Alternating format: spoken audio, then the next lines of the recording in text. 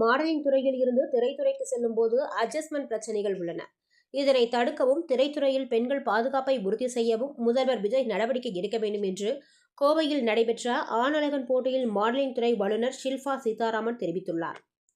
கோவை அவிநாசி சாலையில் உள்ள தனியார் விடுதியில் வோக் மாடலிங் கம்பெனி சார்பில் ஆணழகன் போட்டி நடைபெற்றது. இதில் கோவை, திருப்பூர், ஈரோடு, சென்னை உள்ளிட்ட பல்வேறு மாவட்டங்களில் இருந்து 30க்கும் மேற்பட்ட இளைஞர்கள் கலந்து கொண்டு தங்களது திறமைகளை வெளிப்படுத்தினர். Casual round, swimwear round, traditional round, business round, கேள்வி பதில் சுற்று உள்ளிட்ட பல்வேறு கட்டங்களாக போட்டிகள் நடைபெற்றன. போட்டியாளர்கள் தங்களது உடை அலங்காரம், உடற்தகுதி, மேடை பேச்சு திறன் மற்றும் தன்னம்பிக்கையை வெளிப்படுத்தி பார்வையாளர்களை கவர்ந்தனர்.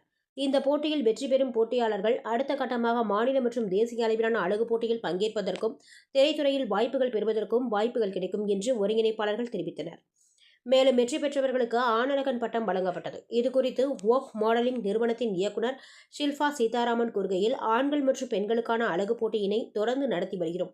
கோவையில் இருந்து மாடலிங் துறைக்கு வருபவர்கள் குறைவாக இல்லை. ஆனால் சென்னை போன்ற சந்தை இல்லை. இதுபோன்ற நிகழ்ச்சிகள் அவர்களுக்கு பாலமாக இருக்கும்.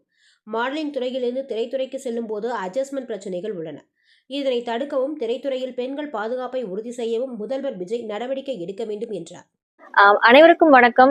இந்த நிகழ்ச்சியில இருந்த நேயர்களை சந்திக்கிறதுல எனக்கு ரொம்ப சந்தோஷம். என்னுடைய பேர் ஷில்பா சீதாராமன் நாயர். கோயம்புத்தூர்ல மிஸ்டர் கோயம்புத்தூர் அப்படிங்கிற இந்த ஈவெண்ட்ல இருந்து உங்களை சந்திக்கிறது எனக்கு ரொம்ப சந்தோஷம்.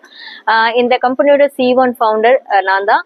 இன்னைக்கு பசங்க வந்து அரௌண்ட் 30 பசங்களுக்கு மேல நம்மளோட இதுல வோக்ஸ் மிஸ்டர் கோயம்புத்தூர் அப்படிங்கிற பேஜென்ட்ல கலந்துகிட்டு வின் பண்ணிட்டு இருக்காங்க. அதுக்கான ஈவெண்டோட ப்ராசஸ் தான் இப்ப போயிட்டு இருக்கு.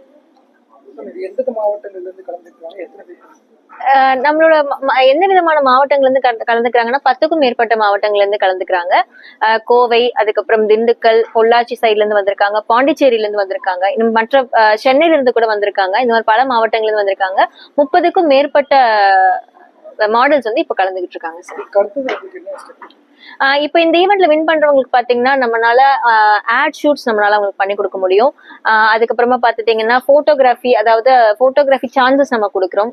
போட்டோ ஷூட்ஸ் நம்ம எடுத்து கொடுக்குறோம். அவங்களுடைய ப்ரொஃபைல் பில்டிங் வந்து நம்ம பண்ணி கொடுக்குறோம்.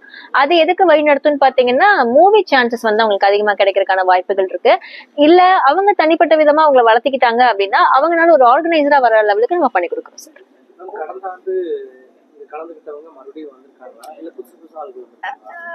வந்திருக்காங்க சார். கடந்த ஆண்டு கலந்துகிட்ட 2 பேர் நம்ம கிட்ட இப்ப திரும்பி பார்ட்டிசிபேட் பண்றாங்க.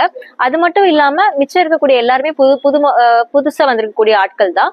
நாம எதுல எக்ஸ்க்ளூசிவா பண்ணிட்டு இருக்கோம்னு பாத்தீங்கன்னா, ஃப்ரெஷரா ஒரு கேண்டிடேட் எடுத்து அவங்களை எப்படி ப்ரொஃபஷனலா மாடல் ஆக்குறது அப்படிங்கறது விதமா கிளாஸஸ் மூலமா நம்ம சொல்லி கொடுத்த காம்படிஷன் நடத்துறோம் சார். கோயம்புத்தூர்ல கேக்குறீங்க? கோயம்புத்தூர்ல இந்த துறை சார்ந்த விழிப்புணர்வு நான் கம்மின்னு தான் சொல்வேன். பட் முன்னாடி ஒரு 10 வருஷத்துக்கு முன்னாடி இருந்ததை விட இப்போ ஓரளவுக்கு வளர்ச்சி அடைஞ்சிருக்கு அப்படின்னு தான் நான் சொல்வேன்.